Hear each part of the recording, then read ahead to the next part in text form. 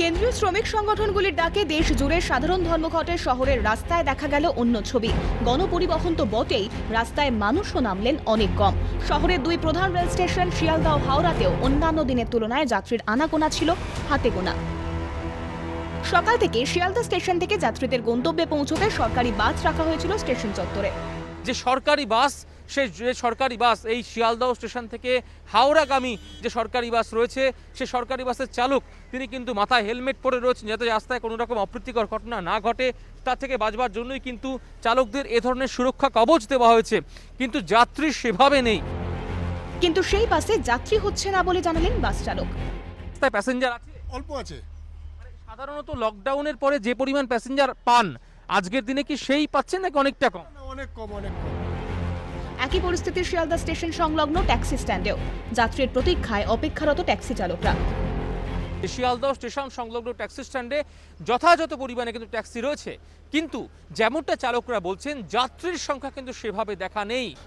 বিভিন্ন জায়গায় অবরোধ হচ্ছে, আমরা তো সম্পূর্ণ চেষ্টা করছি যে মানুষকে পরিষেবা দেওয়ার জন্য, কিন্তু বিভিন্ন জায়গায় অবরোধ, সেখানে প্যাসেঞ্জার আপনারা দেখতে পাচ্ছেন যে কেউ নেই, ফাঁকা আছে। আমরা পরিষেবা দেওয়ার জন্য তৈরি আছে।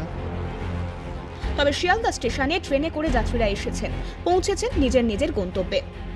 সমর্থনকারী তারা যাতে এখানে প্রবেশ করতে না পারে তার জন্য কিন্তু পুলিশের যাবতীয় ব্যবস্থা নেওয়া হয়েছে। তুমি দেখতে পাচ্ছ এই মুহূর্তে সেই চিত্র।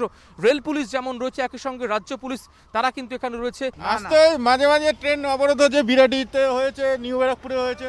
আসতে কোনো সমস্যা হলো? না না নর্থের লাইনে কোনো সমস্যা নেই, ভালোভাবে আসতে পেরেছি। এখন ট্রেন ওখানে অবরোধ ছিল, কোন্নগরের থেকে একটু এগিয়ে গিয়ে ট্রেন অবরোধ ছিল। হ্যাঁ কোন্নগরে ট্রেন অবরোধ ছিল, ওখানে হিরালপাল স্কুলের সামনে অনেকক্ষণ ধরে ট্রেন আটকে দিয়েছিল আপ ডাউনের পরে। এখন যাবো বারুইপুর। সকালের দিকে হাওড়া ট্যাক্সি স্ট্যান্ডে ট্যাক্সি কম থাকলেও বেলা বাড়তেই সে ছবি বদলেছে। পেটের টানেই ট্যাক্সি নিয়ে রাস্তায় বেরিয়েছেন অনেক ট্যাক্সি চালক। অনেকগুলি ট্যাক্সি তারা কিন্তু অপেক্ষা করছেন যাত্রীদের জন্য। ট্যাক্সি নিয়ে পথে চালকরা যাত্রীদের আশায়। এয়ারপোর্ট গেছি, ডানকুনি গেছি। কি ট্যাক্সি রাস্তায় নামাবেন? ট্যাক্সি একটু কমই চলছে, আজকে কম আছে রাস্তায়। আজকের দিনে কি খাবো, প্যাসেঞ্জার তো গাড়ি বের করেছি, যদি 10 ভাই মিলে বের করেছি তো 10টা প্যাসেঞ্জারও বেরোবে, সেই হবে কিছু না কিছু তো গাড়ি বের করলেই হবে। আর যদি গাড়িতে বাড়িতে বসে থাকি তখন তো আলু কেনার পয়সা নেই। হাওড়া বাস স্ট্যান্ডে মাথায় হেলমেট পরে বাস নিয়ে পথে সরকারি বাসের চালকরা।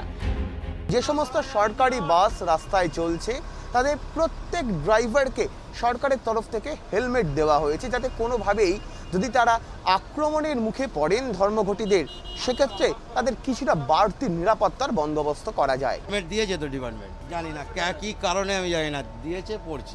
ডিপার্টমেন্টের আন্ডারে থাকি, উনি যা বলছেন তাই তো শুনছি। যুদ্ধ আর কি, যদি কোনো আক্রমণ হয় আশা করি হবে না, কিন্তু তবু তো নিজের সাবধান। সব মিলিয়ে রাজ্য সচল রাখতে প্রশাসন ছাপিয়েছে, কিন্তু তারপরও অন্য ছবি শহর জুড়ে। Bureau report, Calcutta television network.